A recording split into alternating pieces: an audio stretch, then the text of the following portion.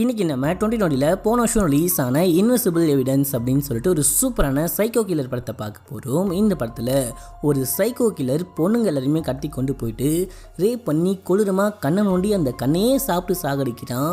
இப்படி இருக்கிற கொடூரமான சைக்கோவை கண்ணு தெரியாத நம்ம ஹீரோயின் இன்வெஸ்டிகேஷன் பண்ணி எப்படி கண்டுபிடிக்கிறாங்க அப்படின்ற விஷயத்த நிமிஷத்துக்கு நிமிஷம் பரபரப்பாக சொல்லியிருப்பாங்க. முக்கியமாக இந்த படத்துடைய கிளைமேக்ஸ் சும்மா வேறு லெவலில் திருக்கி விட்டுருப்பாங்க.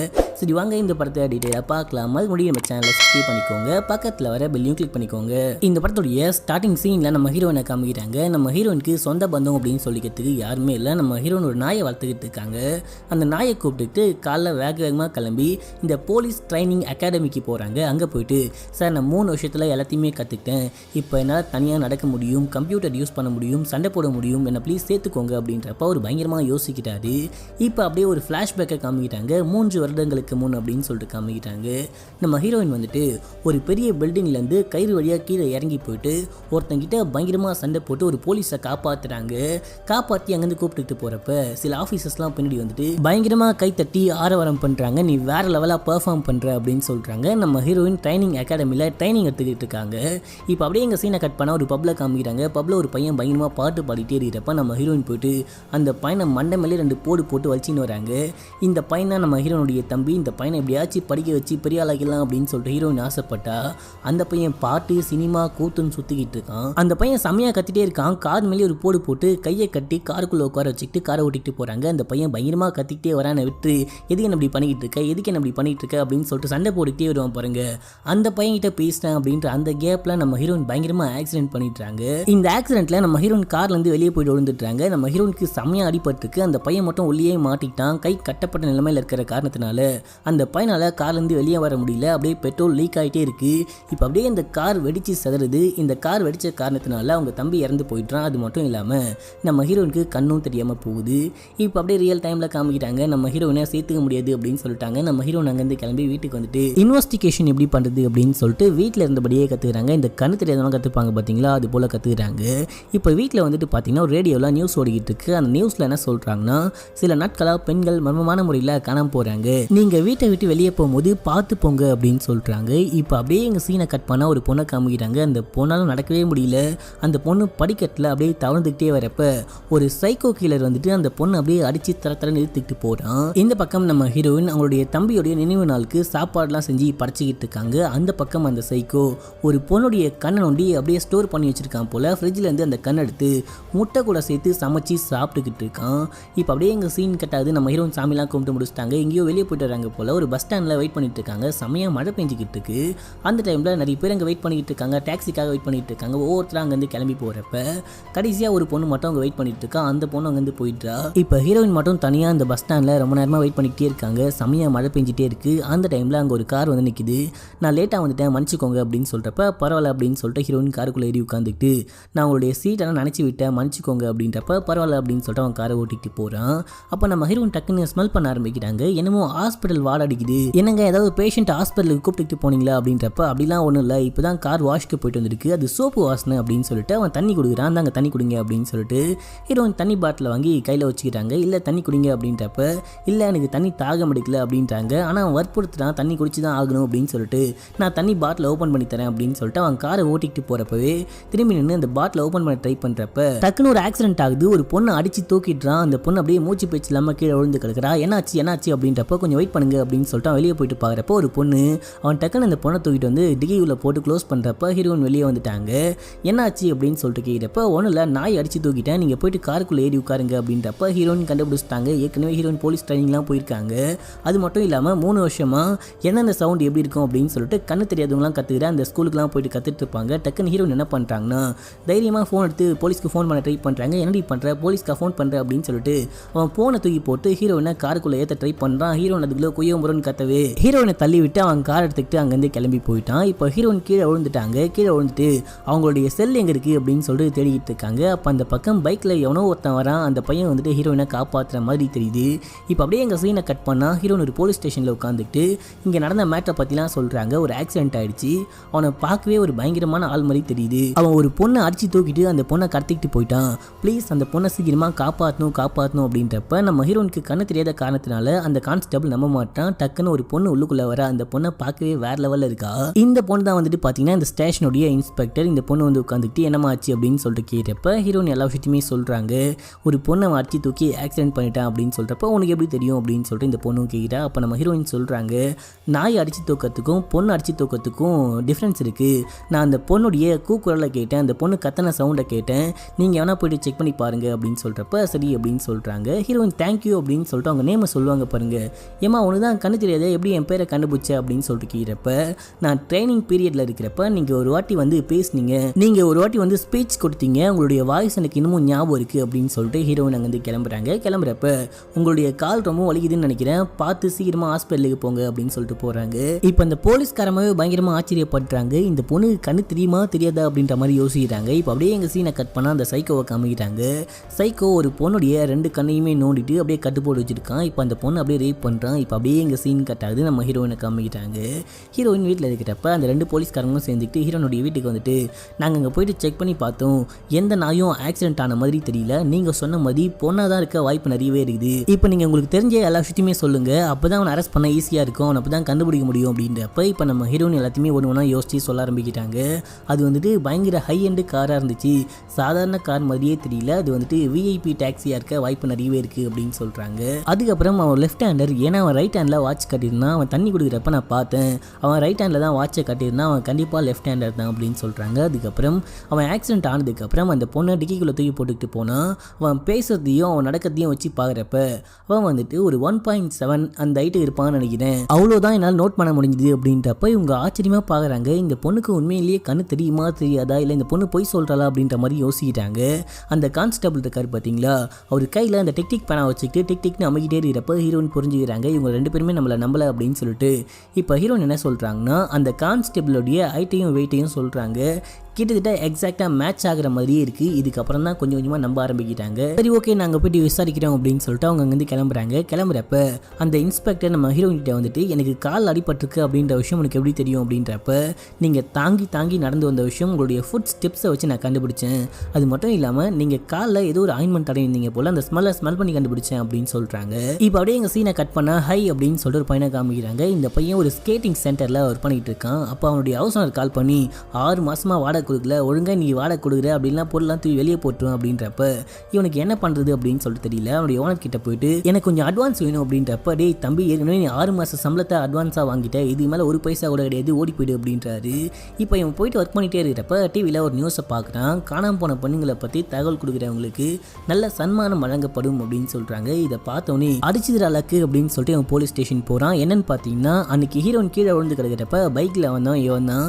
இவனுக்கு தெரிஞ்ச விஷயத்த சொன்னால் ஏதாவது காசு கொடுப்பாங்க அப்படின்னு சொல்லிட்டு போலீஸ் ஸ்டேஷன் போகிறான். ஹீரோயினையும் வர சொல்கிறாங்க.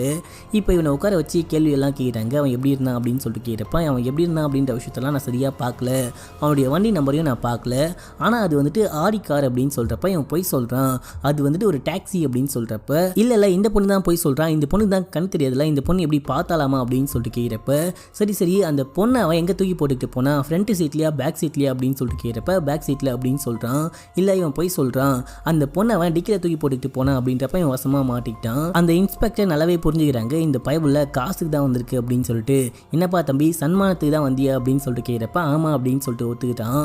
அதை இருபட்ட எருமைக்கு போனவனே தகவல் கொடுப்பேன்னு வந்தால் காசுக்கு வந்தியா அப்படின்னு சொல்லிட்டு அவங்க லட்டியை தூக்கிறப்ப நான் சொல்கிறதெல்லாம் நீங்கள் நம்ப மாட்டீங்கல்ல, கண்டிப்பாக என்னைக்காச்சும் ஒரு நாள் என்னுடைய உதவி உங்களுக்கு தேவைப்படும், அப்போ என்னை தேடி வருவீங்க அப்படின்னு சொல்லிட்டு அவன் பாட்டு அங்கேருந்து ஓடி போயிட்டான். இவன் வந்துட்டு போகிற எல்லா விஷயத்தையுமே இந்த கில்லர் பார்த்துக்கிட்டு இருக்கான். இப்போ அப்படியே எங்கள் சீன் கட் ஆகுது. 2 போலீஸும் சேர்ந்துக்கிட்டு அந்த ஏரியாவில் அந்த டைமிங்கில் சுற்றிக்கிட்டு இருந்தால் எல்லா டாக்ஸி டிரைவரையுமே மீட் பண்ணி விசாரிக்க ஆரம்பிக்கிறாங்க. விசாரிக்கிற விஷயத்த வாய்ஸாக ரெக்கார்டும் பண்ணுறாங்க.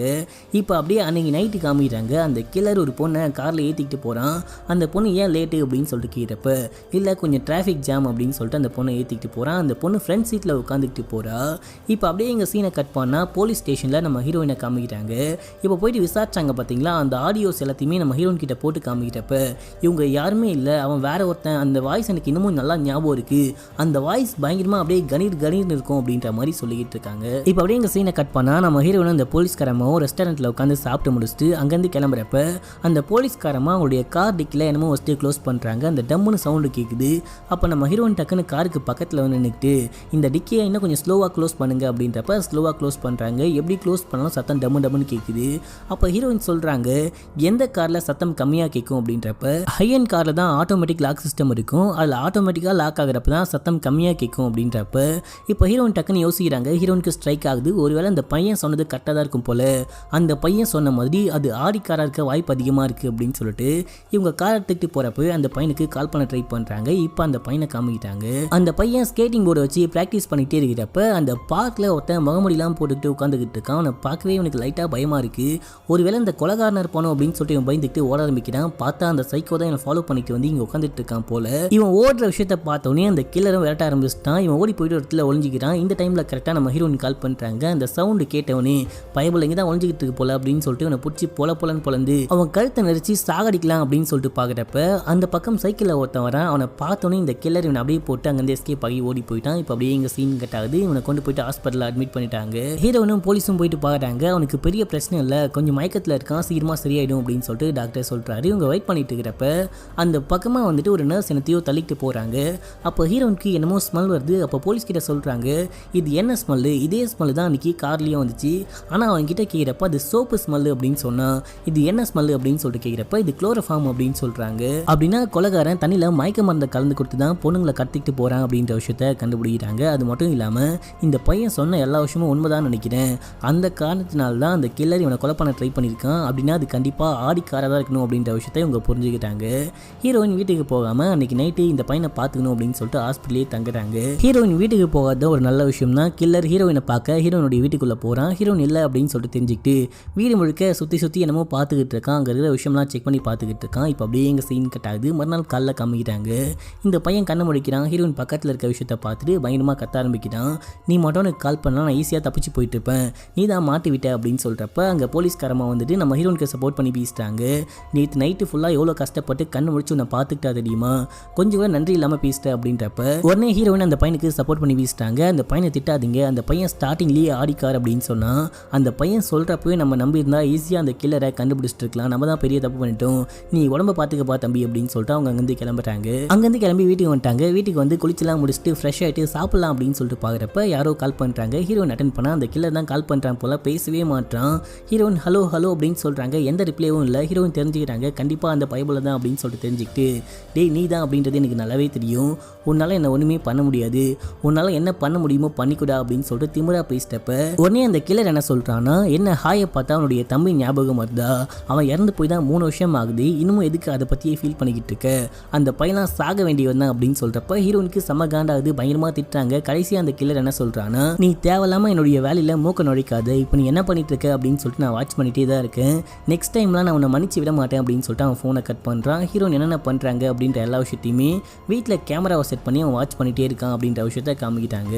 இப்போ ஹீரோயின் பேசி முடிச்சுட்டு அங்கேருந்து ஒரு பஸ்ஸை பிடிச்சிக்கிட்டு நாயை கூப்பிட்டுக்கிட்டு அங்கேருந்து கிளம்புறாங்க. இந்த விஷயம் எல்லாத்தையுமே அந்த கில்லர் ஒரு ஓரமாக இருந்து பார்த்துக்கிட்டு இருக்கான்.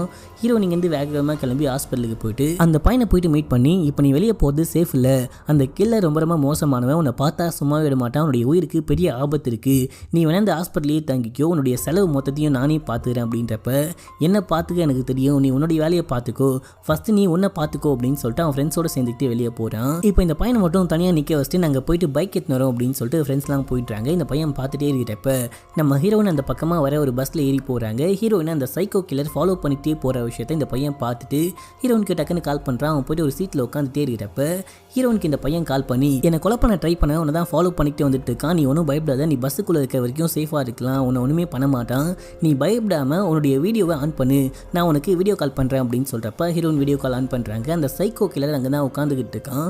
நீ கவலைப்படாத, நெக்ஸ்ட் வர பஸ் ஸ்டாண்டில் இறங்கிடு அப்படின்னு சொல்கிறப்ப ஹீரோயின் வெயிட் பண்ணுறாங்க. இப்போ இவனும் வீடியோவில் பார்த்துட்டே இருக்கான். நெக்ஸ்ட் வர பஸ் ஸ்டாப்பில் இறங்கலாம் அப்படின்னு சொல்லிட்டு இவங்க கீழே போகிறப்ப அந்த சைக்கோ கில்லர் பின்னாடியே வந்துட்டு ஒரு கத்தியை வயிற்றுல வச்சு இப்போ நீ மட்டும் கத்துன வயிற்றுல ஒரு சொருவிடுவேன், அமைதியாக வந்து உட்காரு அப்படின்னு சொல்லிட்டு உட்கார வைக்கிறான். இப்போ அந்த பஸ் போயிட்டே இருக்கு. அப்போ ஆள் நடமாட்டமே இல்லாத ஒரு இடத்துல அந்த சைக்கோ கில்லர் நம்ம ஹீரோனை இறக்கி ஹீரோயினை கூப்பிட்டு போறான். அந்த இடமே பயங்கர இருட்டா இருக்கு. கூப்பிட்டு போயிட்டே இருக்கப்போ ஒரு படி மாதிரி இருக்கு. அந்த படியில இருந்து கீழே விழுந்த மாதிரி ஆக்ட் பண்ணி டக்குன்னு ஹீரோயின் பேக்ல இருந்து பெப்பர் ஸ்ப்ரேவை தூக்கி அந்த கில்லருடைய மூஞ்சில அடிச்சுட்டு ஓட ஆரம்பிக்கிறாங்க. கண்ணே தெரியாம அந்த நாயை மட்டும் பிடிச்சிக்கிட்டு நாய் வழிகாட்டுற வழியில ஓடிக்கிட்டு இருக்காங்க. இப்போ அந்த பையனை வழி சொல்றான். இப்பாலிக்கா போ, அப்பாலிக்கா போ, லெஃப்ட் பக்கமா திரும்பு, சோத்தாங்கை பக்கமா திரும்பு, பீச்சாங்கை பக்கமா திரும்பு அப்படின்னு சொல்றப்ப இந்த சீன்லாம் அப்படியே சம பரபரப்பா இருக்கும். நமக்கே அப்படியே திக்குன்னு இருக்கும். இந்த பொண்ணு விழுந்துருவாளா அப்படின்னு சொல்லிட்டு பாக்குறப்போ ஒரு டைம்ல கீழே விழுந்துருவாங்க. அதுக்கப்புறமா ஹீரோயின் ஓடி போயிட்டு ஒரு கார் பார்க்கிங் மாதிரி இருக்கு. அந்த பார்க்கிங்க்கு போயிட்டு லிஃப்ட்டுக்குள்ள ஏறி உட்காராங்க. அந்த நாய் எந்த பக்கம் போச்சு அப்படின்னே தெரியல. டக்குன்னு இந்த சைக்கோ கில்லர் ஓடி வந்துட்டு ஹீரோயினை பிடிச்சி ஹீரோனுக்கு ஒரு இன்ஜெக்ஷன் போட்டான். ஹீரோயின் மயக்கம் போட்டு கீழே விழுகிறாங்க. அவள் தான் ஹீரோயின் மாட்டிட்டாங்கடா அப்படின்னு சொல்லிட்டு பாக்குறப்ப அந்த நாய் ஓடி வந்துட்டு இவனை பிடிச்சி பயங்கரமா கடிச்சு கொதற ஆரம்பிக்குது.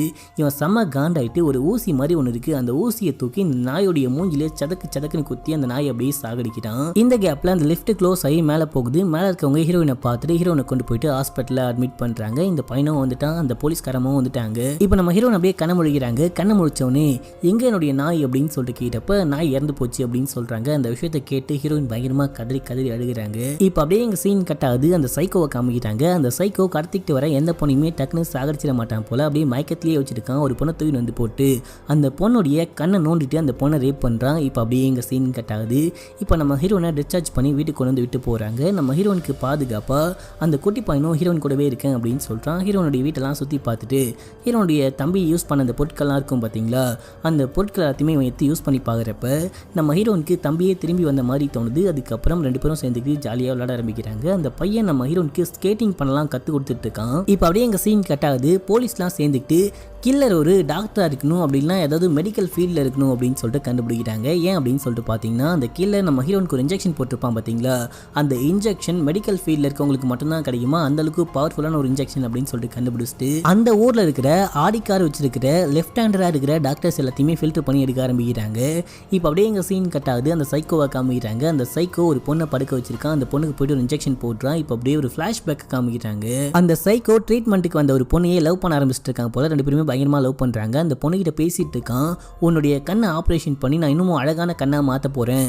இந்த உலகத்திலேயே அழகான கண்ணு உனக்கு தான் இருக்கணும் அப்படின்னு சொல்றப்ப அதான் ஏற்கனவே ஆப்ரேஷன் பண்ணியாச்சு, எதுக்கு மறுபடியும் ஆப்ரேஷன் அப்படின்னு சொல்லிட்டு அந்த பொண்ணு சொல்றா. இல்ல நீ தானே உன்னுடைய கண்ணை அழகாக்கணும்னு நினைச்ச அப்படின்னு சொல்றப்ப நான் நினைக்கல, இப்ப நீ தான் நினைக்கிற அப்படின்னு சொல்லிட்டு அந்த பொண்ணு அங்கிருந்து எந்திரிச்சு போறப்ப நீ எனக்கு துரோகம் பண்ற அப்படின்னு சொல்லிட்டு அந்த பொண்ணை பிடிச்சி தள்ளி விட்டுறப்ப அந்த பொண்ணுடைய மண்டிலேயே செம்மையா அடிப்பட்ட அந்த பொண்ணு அங்கேயே இறந்து போறா. இப்படிதான் அந்த பொண்ணு இறந்து போனா. அந்த பொண்ணு இறந்ததுக்கு அப்புறம் தான் இந்த ஊர்ல இருக்க பொண்ணுங்க எல்லாருமே கடத்திட்டு போயிட்டு கண் நோண்டி சாகடிக்கிறாங்க அப்படின்னு சொல்லிட்டு ஒரு ஃபிளாஷ்பேக்கை காமிச்சு முடிக்கிறாங்க. இப்போ அந்த இன்ஸ்பெக்டர் கில்லர் யாரு அப்படின்ற விஷயத்தை கண்டுபிடிச்சிட்டாங்க. அந்த போலீஸோட அசிஸ்டன்ட்டும் சேர்ந்துட்டு அந்த கில்லருடைய வீட்டுக்குள்ள போறாங்க. வீட்டுக்குள்ள போயிட்டு அப்படியே செக் பண்ணி பாக்குறப்ப அங்க ஒரு ஆடி கார் நிக்குது. பக்கத்துலேயே நிறைய நம்பர் பிளேட்ஸ்லாம் இருக்கு. கண்டிப்பா இவன் தான் அந்த கொலைகாரன் இருக்க வாய்ப்பு இருக்கு அப்படின்னு சொல்லிட்டு ரெண்டு பேரும் பிரிஞ்சு போய் தேட ஆரம்பிக்கிறாங்க. ரெண்டு பேர் கையிலுமே கன் இருக்கு. இந்த போலீஸ்காரம்மா அந்த கில்லரை தேடிட்டு அப்படியே வீட்டுக்குள்ள பொறுமையா போயிட்டே இருக்காங்க. டக்குன்னு அந்த கில்லர் வந்துட்டு இந்த கன்னை தட்டி விட்டு பயங்கரமா ஃபைட் பண்ண ஆரம்பிக்கிறான். செம்மையா போட்டு பொலன்னு புழக்க ஆரம்பிக்கிறான். ரெண்டு பேருக்குமே செம்மையா சண்டை நடக்குது. ஒரு கட்டத்துல அவன் ஒரு கத்தி எடுத்து இந்த பொண்ணை குத்தி தள்ளிட்டு அவங்க வந்து ஓடி போயிட்டான். இங்க இந்த லேடி அப்படியே உயிருக்கு போராடிட்டு இருக்காங்க. அதுக்குள்ள அசிஸ்டன்ட் இந்த இடத்த கண்டுபிடிச்சிட்டான் பாத்தீங்களா, பேக்கப்பை வர சொல்றான். நிறைய போலீஸ்லாம் வந்துட்டாங்க. கீழே போலீஸ்லாம் வந்துட்டு கில்லர் எங்க அப்படின்னு சொல்லிட்டு வீடு முழுக்க தேடிட்டு இருக்காங்க. எங்கடா இன்ஸ்பெக்டர் காணும் அப்படின்னு சொல்லிட்டு இந்த அசிஸ்டன்ட் போயிட்டு பாக்குறப்ப இவங்க உயிருக்கு போராடிட்டு இருக்காங்க. உங்களுக்கு என்ன ஆச்சு, யார் இப்படி பண்ண அப்படின்னு சொல்லிட்டு அவங்க தூக்கிட்டு போறப்ப நீங்க ஃபர்ஸ்ட் போயிட்டு அந்த பொண்ணை காப்பாத்துங்க, அந்த பொண்ணு இப்ப ஆபத்துல இருக்கா, சீக்கிரமா அங்க போங்க அப்படின்னு சொல்றப்ப இந்த பொண்ணை ஆம்புலன்ஸ்ல ஏத்தி விட்டு இந்த போலீஸ் மட்டும் இங்கேருந்து கிளம்பி அங்க போயிட்டு இருக்காரு. இப்ப அப்படியே எங்க சீன் கட் ஆகுது. ஹீரோயினை காமிக்கிட்டாங்க. இங்க ஹீரோயினும் தம்பியும் சாப்பிட்டு முடிக்கிறாங்க. சாப்பிட்டு முடிச்சுட்டு தம்பி மட்டும் போயிட்டு கிச்சன்ல என்னமோ வாஷ் பண்ணிக்கிட்டு இருக்கான். ஹீரோயின் மேல இருந்து இறங்கி கீழே வராங்க. கில்லர் வீட்டுக்குள்ள நுழைஞ்சிட்டான். ஹீரோனுக்கு பின்னாடி நின்றுக்கிட்டு நமக்கு பிடிச்சவங்களை இழக்கிறது எவ்வளோ கஷ்டம் அப்படின்னு சொல்லிட்டு எனக்கு நல்லாவே தெரியும், உன்னுடைய கண்ணை என்னால் குணப்படுத்த முடியும், நீ என் கூட வந்துரு அப்படின்னு சொல்கிறப்ப இந்த விஷயம் எல்லாத்தையுமே இந்த தம்பிக்காரன் பார்த்துட்டு அந்த கில்லர் கூட ஃபைட் பண்ண ஆரம்பிக்கிறான். அதுக்குள்ளே ஹீரோன் அங்கேருந்து ஓடி போயிட்டாங்க. அங்கேருந்து ஓடி போய் இந்த வீட்டில் மட்டும் கரண்ட்டை கட் பண்ணி விட்டாங்க. இந்த பக்கம் இந்த கில்லர் இந்த பையனை போட்டு செம்ம அடி அடிச்சு இந்த பையனை மட்டை பண்ணிட்டு மேலே வரான். மேலே வந்து பார்த்தா ஆளையே காணும். ஃபோன் ரிங் அடிக்குது. பக்கத்துலேயே யாரோ தப்பிச்சு போன மாதிரி பால்கனியில் கயிறு தொங்கிட்டு இருக்கு. ஒருவேளை இந்த பொண்ணு இந்த பக்கமா தப்பிச்சு போயிட்டு இருப்பாளோ அப்படின்னு சொல்லிட்டு பார்த்துட்டே இருப்ப ஹீரோயின் டக்குன்னு அந்த பால்கனியோடைய டோரை க்ளோஸ் பண்ணிட்டு கீழே போறாங்க. கீழே போயிட்டு தம்பியை கூப்பிட்டுட்டு அங்கேருந்து பக்கத்தில் இருக்கிற அவுட் ஹவுஸ்குள்ள போறப்ப அதுக்குள்ள இவன் கதவெல்லாம் உடைச்சிட்டு வெளியே வந்துட்டான். இவன் வெளியே வர விஷயத்த ஹீரோயின் பார்க்குற பார்க்குறாங்க. பார்த்துட்டு மேலே ஃபுல்லாக பெட்ரோலை ஊற்றி விட்டுறாங்க. கிட்ட வந்தா கொளுத்திடுவேன் அப்படின்னு சொல்கிறப்ப அந்த பையன் தைரியமாக கிட்ட வரான். ஹீரோயின் டக்குன்னு கொளுத்தி விட்டுறாங்க. அவன் பத்திக்கிட்டு எரிய ஆரம்பிக்கிறான். இந்த டைமில் கரெக்டாக வெளியே செமையாக மழை பெஞ்சிட்டு இருக்கு இல்லையா, வெளியே போயிட்டு உருண்டுக்கு இருந்து நெருப்பு அணைச்சிட்டு மறுபடியும் உள்ளுக்குள்ளே வந்துட்டு ஃபைட் பண்ண ஆரம்பிக்கிறான். 3 பேரும் மாற்றி சண்டை போட ஆரம்பிக்கிறாங்க. அப்போ 3 பேரும் வெளியே போயிட்டு விழுந்துட்டுறாங்க. வெளியே சண்டை போட்டே இருக்காங்க. இந்த கில்லர் இந்த பையனை போட்டு செம்ம அடிக்கிறான். இப்போ ஹீரோயின் அப்படியே தடவிட்டே இருக்காங்க. தம்பி அப்படின்னு சொல்லிட்டு கூப்பிட்டு தடவிட்டே இருக்கிறப்ப அங்கே இருக்கிற ஒரு ஸ்கேட் போர்டு நம்ம ஹீரோனுடைய கையில் கிடைக்கும். ஹீரோன் அந்த ஸ்கேட் போர்டு எடுத்து கையில் வச்சுக்கிட்டு சவுண்ட் எந்த பக்கம் இருந்து வருது அப்படின்னு சொல்லிட்டு சுற்றி பார்த்துட்டு இருக்காங்க. இந்த விஷயத்தை அந்த கில்லர் நோட் பண்ணுறான். அந்த தம்பிக்காரனை போட்டு செம்ம அடிச்சு அந்த பையனை மட்டை பண்ணிட்டு ஹீரோயினுக்கு ஊசி போட்டுடலாம் அப்படின்னு சொல்லிட்டு கையில் ஒரு மயக்க ஊசி எடுத்துக்கிட்டு அப்படியே பொறுமையாக நடந்து வருவோம் பாருங்க. ஹீரோயின் இந்த பையன் நடந்து வர விஷயத்த கண்டுபிடிச்சிட்டாங்க. அந்த ஸ்கேட் போர்டை வச்சு மண்டை மேலேயே ரொட்டிட்டாங்க. அவள் தான் அவன் ஸ்பாட்லேயே செத்து போகிறான். இப்போ ஹீரோயின் ஓடி போயிட்டு அந்த பையனை தூக்குறாங்க. இப்போ ஹீரோயினுக்கு என்ன நினைப்புன்னு சொல்லிட்டு பார்த்தீங்கன்னா, அந்த செத்து போன தம்பி இருக்கான் பார்த்தீங்களா, அந்த பையனையே காப்பாற்றின மாதிரி ஹீரோயினுக்கு ஒரு ஃபீல் ஆகுது. அதோட இந்த படத்துடைய ஸ்டோரியும் முடிக்கிறாங்க. இந்த படம் உங்களுக்கு பிடிச்சதா இல்லையா அப்படின்னு சொல்லிட்டு கீழே கமெண்ட் பண்ணுங்க. மறக்காம நம்ம சேனலை சப்ஸ்கிரைப் பண்ணிட்டு பக்கத்தில் வர பெல்லையும் கிளிக் பண்ணுங்க. அது மட்டும் இல்லாமல் நீங்கள் என்ன இன்ஸ்டால ஃபாலோ பண்ணாமல் இருக்கீங்கன்னா ஃபாலோ பண்ணிக்கோங்க. லிங்கை கீழே டிஸ்கிரிப்ஷனில் கொடுத்துருக்கேன். நாளைக்கு ஒரு நல்ல படத்தோட வந்து உங்களை மீட் பண்ணுறேன். அது வரைக்கும் ஸ்டே கனெக்ட். Love you.